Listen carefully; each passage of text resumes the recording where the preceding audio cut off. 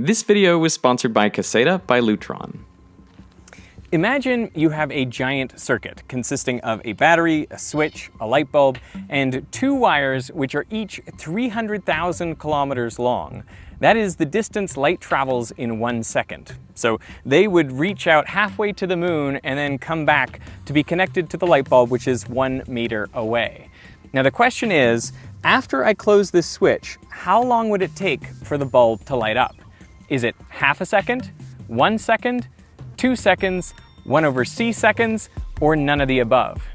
Now you have to make some simplifying assumptions about this circuit, like the wires have to have no resistance, otherwise this wouldn't work, and the light bulb has to turn on immediately when current passes through it.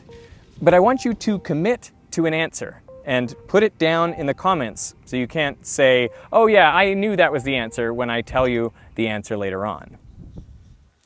This question actually relates to how electrical energy gets from a power plant to your home. Unlike a battery, the electricity in the grid comes in the form of alternating current, or AC, which means electrons in the power lines are just wiggling back and forth. They never actually go anywhere. So if the charges don't come from the power plant to your home, how does the electrical energy actually reach you? When I used to teach this subject, I would say that power lines are like this flexible plastic tubing, and the electrons inside are like this chain. So what a power station does is it pushes and pulls the electrons back and forth 60 times a second. Now at your house, you can plug in a device like a toaster, which essentially means allowing the electrons to run through it. So when the power station pushes and pulls the electrons, well, they encounter resistance in the toaster element and they dissipate their energy as heat, and so you can toast your bread. Now this is a great story. I think it's easy to visualize and I think my students understood it. The only problem is it's wrong. For one thing, there is no continuous conducting wire that runs all the way from a power station to your house.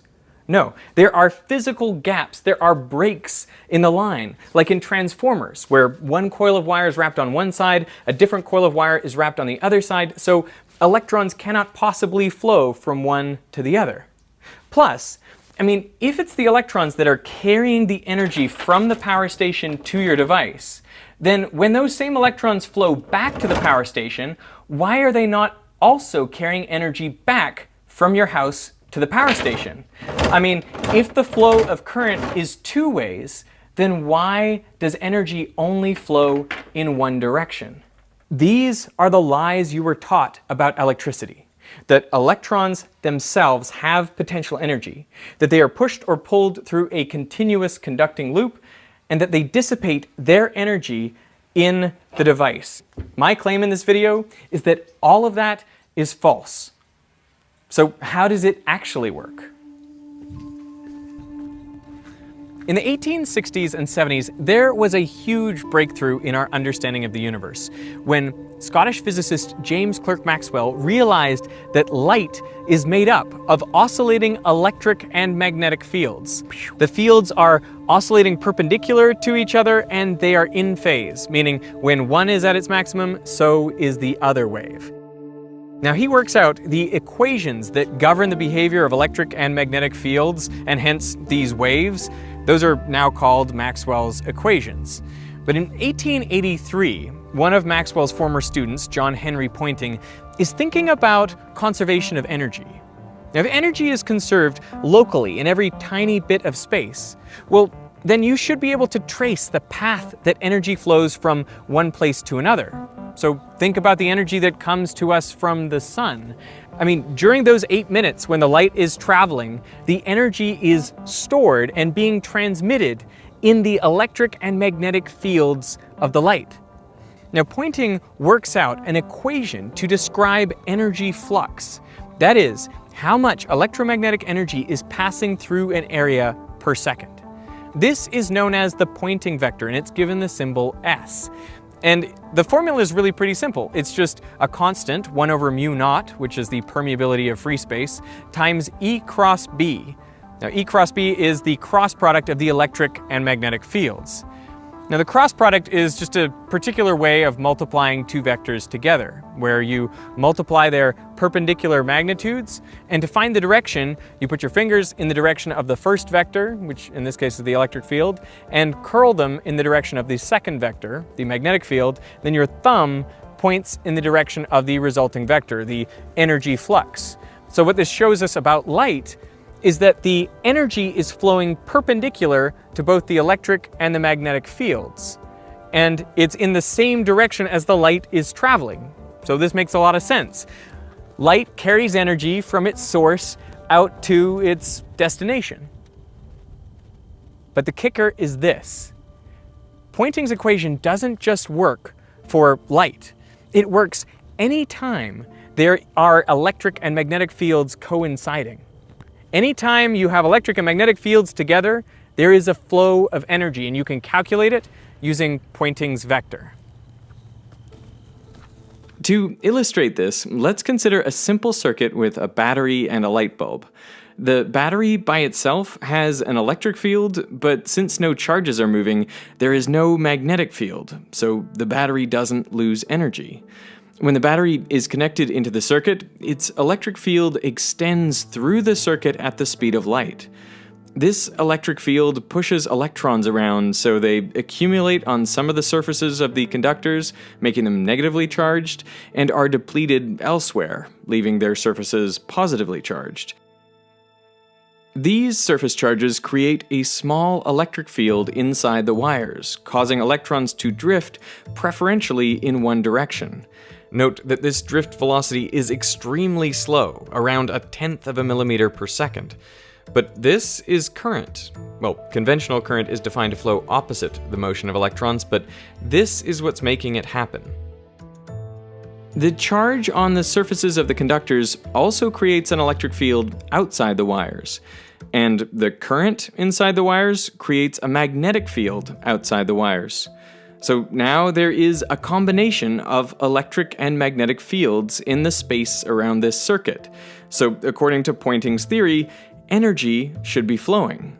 And we can work out the direction of this energy flow using the right-hand rule. Around the battery, for example, the electric field is down and the magnetic field is into the screen. So you find the energy flux is to the right, away from the battery. In fact, all around the battery, you'll find the energy is radially outwards. Energy is going out through the sides of the battery into the fields. Along the wires, again, you can use the right-hand rule to find the energy is flowing to the right. This is true for the fields along the top wire and the bottom wire. But at the filament, the Poynting vector is directed in toward the light bulb. So the light bulb is getting energy from the field. If you do the cross product, you find the energy is coming in from all around the bulb. It takes many paths from the battery to the bulb, but in all cases, the energy is transmitted by the electric and magnetic fields. People seem to think that you're pumping electrons and that you're like buying electrons or something, which is just so wrong. For most people, and I think to this day, it's quite counterintuitive to think that the energy is flowing through the space around the conductor. But the energy which is traveling through the field, is going quite fast. So there are a few things to notice here. Even though the electrons go two ways, away from the battery and towards it, by using the Poynting vector, you find that the energy flux only goes one way, from the battery to the bulb. This also shows it's the fields and not the electrons that carry the energy. I mean, how far do the electrons go in this little thing you're talking about? They barely move. They probably don't move at all. Now, what happens if in place of a battery, we use an alternating current source? Well, then the direction of current reverses every half cycle. But this means that both the electric and magnetic fields flip at the same time. So at any instant, the Poynting vector still points in the same direction, from the source to the bulb. So the exact same analysis we used for DC still works for AC. And this explains how energy is able to flow from power plants to homes in power lines. Inside the wires, electrons just oscillate back and forth. Their motion is greatly exaggerated here, but they do not carry the energy. Outside the wires, oscillating electric and magnetic fields travel from the power station to your home. You can use the pointing vector to check that the energy flux is going in one direction. You might think this is just an academic discussion, that you could see the energy as transmitted either by fields or by the current in the wire. But that is not the case. And people learned this the hard way when they started laying undersea telegraph cables. The first transatlantic cable was laid in 1858. It only worked for about a month. It never worked properly. There are all kinds of distortions when they tried to send. Enormous amounts of distortion. I mean, they could work it at a few words per minute. What they found was sending signals over such a long distance under the sea, the pulses became distorted and lengthened. It was hard to differentiate dots from dashes. To account for the failure, there was a debate among scientists. William Thomson, the future Lord Kelvin, thought electrical signals moved through submarine cables like water flowing through a rubber tube. But others, like Heaviside and Fitzgerald, argued it was the fields around the wires that carried the energy and information. And ultimately, this view proved correct. To insulate and protect the submarine cable, the central copper conductor had been coated in an insulator and then encased in an iron sheath. The iron was only meant to strengthen the cable, but as a good conductor, it interfered with the propagation of electromagnetic fields because it increased the capacitance of the line. This is why today most power lines are suspended high up. Even the damp earth acts as a conductor, so you want a large insulating gap of air to separate the wires from the ground. So what is the answer to our giant circuit light bulb question? Well, after I close the switch, the light bulb will turn on almost instantaneously in roughly 1/c seconds. So the correct answer is D. I think a lot of people imagine that the electric field needs to travel from the battery all the way down the wire, which is a light second long, so it should take a second for the bulb to light up. But what we've learned in this video is it's not really what's happening in the wires that matters. It's what happens around the wires. And the electric and magnetic fields can propagate out through space to this light bulb, which is only 1 meter away, in a few nanoseconds. And so that is the limiting factor for the light bulb turning on. Now, the bulb won't receive the entire voltage of the battery immediately. It'll be some fraction, which depends on the impedance of these lines and the impedance of the bulb. Now, I asked several experts about this question and got kind of different answers, but we all agreed on these main points. So I'm going to put their analysis in the description in case you want to learn more about this particular setup. If I get called out on it and people don't think it's real, we can definitely invest the resources and string up some lines and make our own power lines in the desert. You're going to get called out on it. I agree. I think you're going to get called out. So, I think that's right. I think it's just kind of wild that this is one of those things that we use every day that almost nobody thinks about or knows the right answer to. These traveling electromagnetic waves around power lines are really what's delivering your power.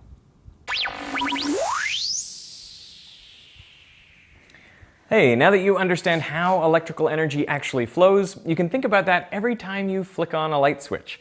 And if you want to take your switches to the next level, the sponsor of this video, Caseta by Lutron, provides premium smart lighting control, including switches, remotes, and plug-in smart dimmers. And since one switch can control many regular bulbs, you can effectively make all those bulbs smart just by replacing the switch. Then you can turn your lights on and off using your phone. Or you can use another device like Alexa or Google Assistant. Caseta works with more leading smart home brands than any other smart lighting control system.